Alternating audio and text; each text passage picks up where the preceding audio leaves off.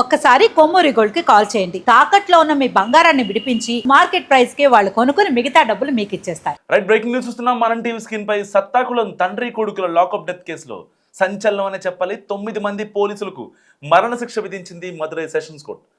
ఒక ఇన్స్పెక్టర్ సహా 9 మంది పోలీసులకు మరణశిక్ష విధిస్తూ తీర్పునిచ్చింది మదురై న్యాయస్థానం. 2020లో పోలీస్ కస్టడీలో జైరాజ్ 58 ఏళ్ళు, బెన్సిక్ 31 ఏళ్ళు అనే ఇద్దరు తండ్రి కొడుకులు మరణించారు.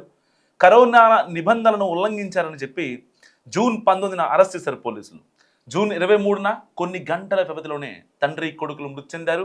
లాకప్లో పోలీసులు కొట్టడం వల్లే చనిపోయారని ఆరోపించారు మృతుల బంధువులు. దీంతో రాష్ట్ర పోలీసులతో విచారణ జరిపించినా అంత పారదర్శకంగా జరగలేదు. దీంతో న్యాయస్థానం ఈ కేసును సిబిఐకి అప్పగించింది. సిబిఐ విచారణలో 2500 పేజీల ఛార్జ్షీట్ని న్యాయస్థానానికి ప్రొడ్యూస్ చేసిన తర్వాత 9 మంది పోలీసులకు మరణశిక్ష విధించింది. అయితే బాధితుల నుంచి కారుతున్న రక్తాన్ని వారితోనే తుడిపించినట్లు కూడా ఛార్జ్షీట్లో ఉంది.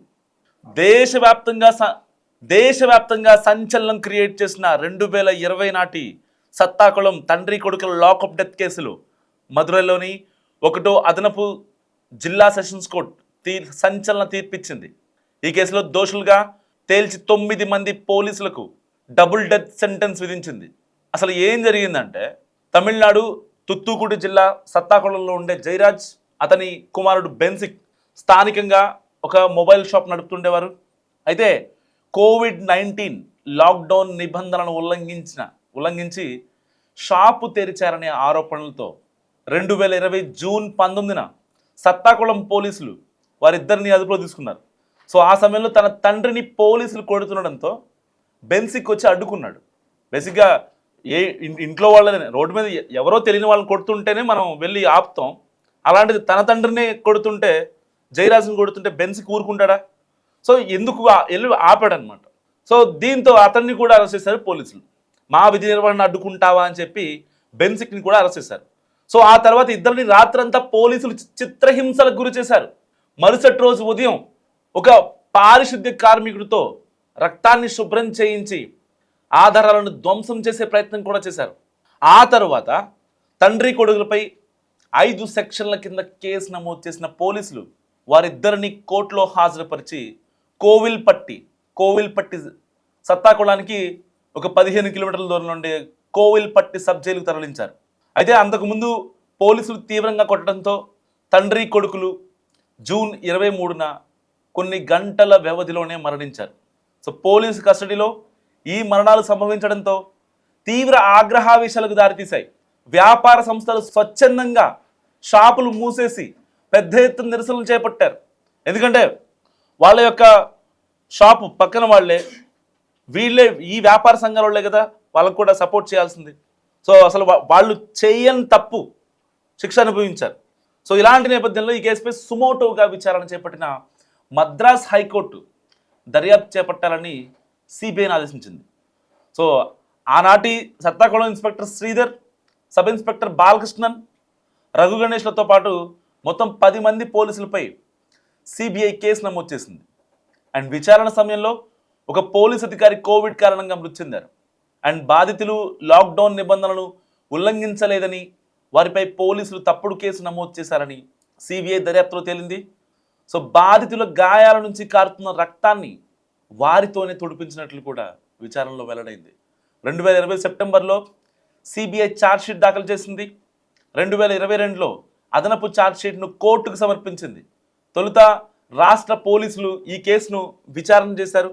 అనంతరం హైకోర్టు ఆదేశాల మేరకు ఈ కేసును సెంట్రల్ బ్యూరో ఆఫ్ ఇన్వెస్టిగేషన్కి బదిలీ చేశారు అక్కడి న్యాయ నిపుణులు. సో ఎందుకంటే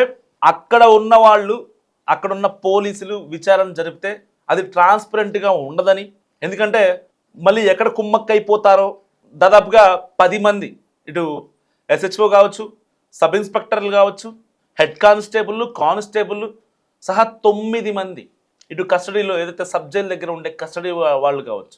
ఆ కారణంగా వాళ్ళని కొట్టి, అడ్డొచ్చిన కొడుకును కూడా దూషించి కొట్టి, వాళ్ళని కొట్టడం అంటే ఎట్లా ఏదో లాఠీతో ఒక బాడీ మీద ఒక దెబ్బేయటం కాదు, రక్తాలు వచ్చేలా కొట్టారు. సో చేయి చేసుకున్నారు, లాఠీ కాదు చేయి చేసుకున్నారు. 144 సెక్షన్ విధించినప్పుడు హద్దులు మీరితే ఎలా అయితే పోలీసులు తమ దమనకాండను చేస్తారో అంతకన్నా దారుణంగా రక్తం వచ్చేలా కొట్టారు. ఆ రక్తం అక్కడ వాళ్ళ షాప్ ఏదైతే బెన్సిక్ అండ్ జయరాజ్ నిర్వహిస్తున్న మొబైల్ షాప్ ఏదైతే ఉందో అక్కడే కదా గొడవ స్టార్ట్ అయింది. సో దాని ఎదురుగా ఆ రక్తం ఉంటే తెల్లారి పొద్దున్నే ఎవరికన్నా అనుమానం వచ్చిందని చెప్పి ఒక మున్సిపాలిటీ పారిశుద్ధ్య కార్మికుడిని పిలిపించి ఆ యొక్క రక్తాన్ని అక్కడ డ్రైనేజీలోకి నెట్టించేశారు, కొంచెం కూడా ఆనవాళ్ళు ఉండకుండా. మళ్ళీ ఇదేమన్నా వ్యాపార సంఘాలు ఆల్రెడీ మద్దతు తెలిపాయి. సో చాలా పక్కన వ్యాపార సముదాయాలు, చిన్న చిన్న షాపులు అవన్నీ మూసేశారు వీళ్ళకి సపోర్ట్గా, జయరాజ్కి బెన్స్కి సపోర్ట్గా.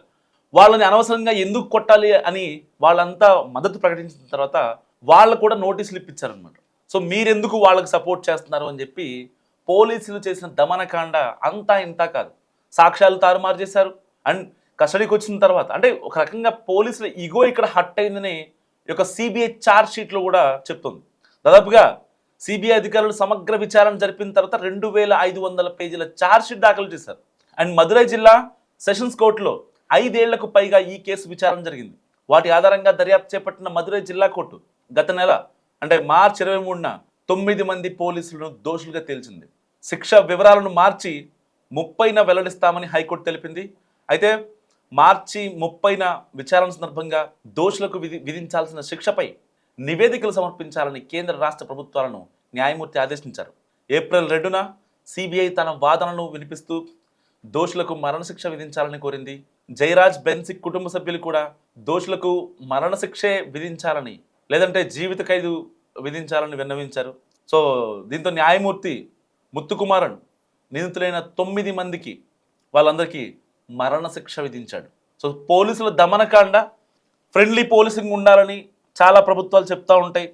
ఓకే, వాళ్ళు ఏమన్నా కొంచెం ఎక్స్ట్రీమ్ అయితే ఒక మాట చెప్పాల్సిన బాధ్యత పోలీసుల పైన ఉంటుంది. అసలు అక్కడ సీన్ ఆఫ్ అఫెన్స్లో క్రైమ్ ఏం లేదు, కోవిడ్-19 నిబంధనలను ఉల్లంఘించారనేది అక్కడ జయరాజ్ మీద బెన్సిక్ మీద ఆరోపణ. ఇలాంటి నేపథ్యంలో వాళ్ళని రక్తం వచ్చేలాగా కొట్టడం, ఆ రక్తాన్ని వాళ్ళతోనే కడిగించడం, ఇటు కస్టడీలో వాళ్ళ ఇగో దెబ్బతుందనే ఒకే ఒక్క రీజన్తో చెప్పాల్సిన వాళ్ళందరికీ చెప్పేసి జయరాజ్ని బెన్సిక్ని వేధించండి అని చెప్పేసి ఆ యొక్క పక్కన ఉండే కరుడు కట్టిన ఉంటారు కదా స్మగ్లర్లు, దొంగలు, దోపిడీదారులు, భర్తని చంపేసిన వాళ్ళు, భార్యని చంపేసిన వాళ్ళు, వాళ్ళతో వేధించారట. సో ఇలాంటివన్నీ చేసి వాళ్ళని ఎంతగానో వేధించి వాళ్ళు లాకప్ డెత్ అయ్యేలా చేశారు పోలీసులు. అలాంటి పోలీసులకి ఇవాళ మదురై సెషన్స్ కోర్టు 9 మంది పోలీసులకు మరణశిక్ష విధిస్తూ కీలక ఉత్తర్వులు జారీ చేసింది. సో వాస్తవానికి మొత్తం 10 మంది పోలీసులు కాగా వారిలో ఎస్ఐ పాల్దురై కోవిడ్-19తో మరణించారు. మిగిలిన 9 మందిపై మదురై కోర్టు తాజాగా మరణశిక్ష విధించింది. సో బాధితుల కుటుంబ సభ్యురాలైన పెర్సీ కోర్టు తీర్పుపై హర్షం వ్యక్తం చేశారు. ఈ కేసులో కోర్టు మాకు న్యాయం చేసింది, మేము న్యాయస్థానంపై పూర్తి నమ్మకంతో ఉన్నాం, ఇకపై మేము అనుభవించినటువంటి బాధను మరెవరూ అనుభవించకూడదు, ఇందుకోసమే మేము ఇంతకాలం పోరాడాం, ఇలాంటి ఇన్సిడెంట్స్ మరెప్పుడు రిపీట్ అవ్వకూడదని ఆశిస్తున్నామంటూ పెర్సీ తెలిపింది. సో పెర్సీ అనే ఆవిడ బెన్సిక్ వాళ్ళ భార్య, చనిపోయినటువంటి బెన్సిక్ 31 ఏళ్ల బెన్సిక్ అతని భార్య అనమాట, జయరాజ్ వాళ్ళ కోడలు. సో మరి పోలీసులకు మరణశిక్ష విధిస్తూ మదురై కోర్టు తీసుకున్న నిర్ణయాన్ని మీరు సమర్థిస్తారా? సో మీరేమనుకుంటారో మస్ట్గా కామెంట్ చేసి ప్రయత్నించండి.